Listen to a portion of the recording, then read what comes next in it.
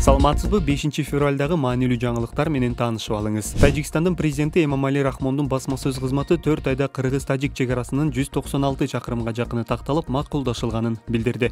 Буга чейин УКМКнын төрагасы Камчыбек Ташиев кыргыз-тажик чек арасынын 90% макулдашылганын белгилесе, президент Садыр Жапаров чек ара маселеси 2024-жылдын жазында чечилерин айткан. Эки өлкөнүн чек арасынын жалпы узундугу 972 чакырымды түзөт. Такталбаган жерлердин айынан Тажикстанга чектеш аймактарда Баткен, Ош облустарында утур-утур жаңжал чыгып турат. 2021 жана 2022 жылы кыргыз-тажик чек арасында чыккан ири жаңжалдан бери Бишкек менен Дүйшөмбүнүн мамилеси солгун бойдон калууда. Эки өлкөнүн чек арасы 2021 жылдын апрелинен бери жабык турат. Өзгөчө кырдаалдар министринин орун басары Урматбек Шамырканов Бишкек жэбиндеги жарылуунун очогу аныкталганын билдирди.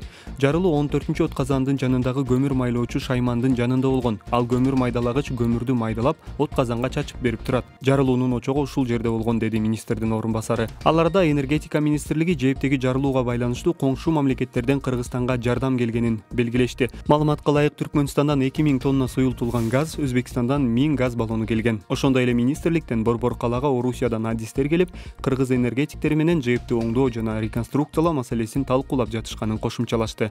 Буга чейин өткөн дем алышта министрлер кабинетинин төрагасы Акылбек Жапаров Бишкек шаарынын мэри жана мамлекеттик курулуштун башчысына жаңы үйлөрдү жана имараттарды борбордук жылуулукка кошууга тыюу салган. Аны менен катар Жапаров Борбор каладагы райондорду жылуулук менен камсыздоонун альтернативдүү кошумча булак улотуучу автономдуу локалдык отканаларды куруу тапшырмасын берген. Бишкек шаардык соту Жапырт кармалган 11 журналисттин баш коргоо чарасын өзгөртүү боюнча адвокаттардын кезектеги апелляциялык арызын карады. Ага ылайык сот жалпы Темиров Лайф командасынын азыркы жана мурдагы 9 кызматкеринин баш коргоо чарасын өзгөртүүсүз калтырды. Алар 13 мартка чейин абакта болот. Ошондой эле сот Темиров Лайфтын мурдагы кызматкерлери Актилек Капаров менен Тыныстан Насыпбековдун милиция тарабынан кармалганын мыйзамдуу деп тапты. Алардын баш коргоо чарасын өзгөртүү боюнча арызы эртең саат 15:30 жана 15:40 каралат. 16 январь күнү таңыртта милиция кызматкерлери журналисттердин үйүн тинтүүгө алып, алар күбө катары сурак берерин айтып, күчтөп тергөө бөлүмүнө жеткиришкен. Кийин алар 2 айга камакка алынган. Алар массалык башаламандыкка чакыруу беренеси менен козголгон ишке шектелип жатат. Тергөөнүн маалыматына ылайык, айып Темиров Лайф жана Айт десе барактарында жарыяланган 3 материал боюнча лингвистикалык экспертизанын негизинде коюлган. Ош облустук психиатрия жана наркология борборунун кызматкерлерин сабоого шектелген 34 жаштагы тургун кармалды. Бул тууралуу клубко шаардык милициядан билдиришти.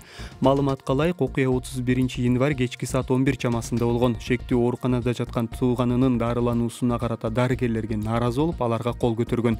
Азаттык басылмасы Ош шаардык милициясына таянып, дарыгерлерди сабоого шектелген тургун 2023 жылдын мартына чейин ички аскер бөлүгүндө кызмат өтөгөнүн билдирди. Бул боюнча бейбаштык беренеси менен кылмыш иши козголуп, шектүү убактылуу кармоочу жайга киргизилди. Ал эми токмоктолгону айтылган дарыгерлерге соттук медициналык экспертиза дайындалды. Кыргызстандык мушкерлер Испаниянын Ланусия шаарында өткөн бокс эл аралык мелдешинде 1 алтын, 1 күмүш жана 1 коло медаль багындырышты. Чемпион аталган Мунарбек Сейитбек уулу 60 кг чейинки салмакта күч сынашты. Ал алгач швейцариялык, чейрек финалда индиялык, жарым финалда шотландиялык спортчуну жеңсе, финалда Мали өлкөсүнөн келген мушкерди утту. Күмүш медалга ээ болгон Өмүрбек Бекжигит уулу 86 кг чейинки салмакта беттеш өткөрсө, коло байгеге татыган Сагын Сатыбалды уулу 80 кг чейинки салмакта күч сынашты. Кыргызстандык спортчу Эрлан Шеров Парижде өткөн Париж Гранд Слэм эл аралык мелдешинде коло медальга ээ болду. Ал бразилиялык Рафаэль Маседону жеңип, кошумча 500 рейтингдик упайга татыды. Спортчу 90 кг салмактык категорияда күч сынашып, алгачкы 2 беттешти белорус жана монгол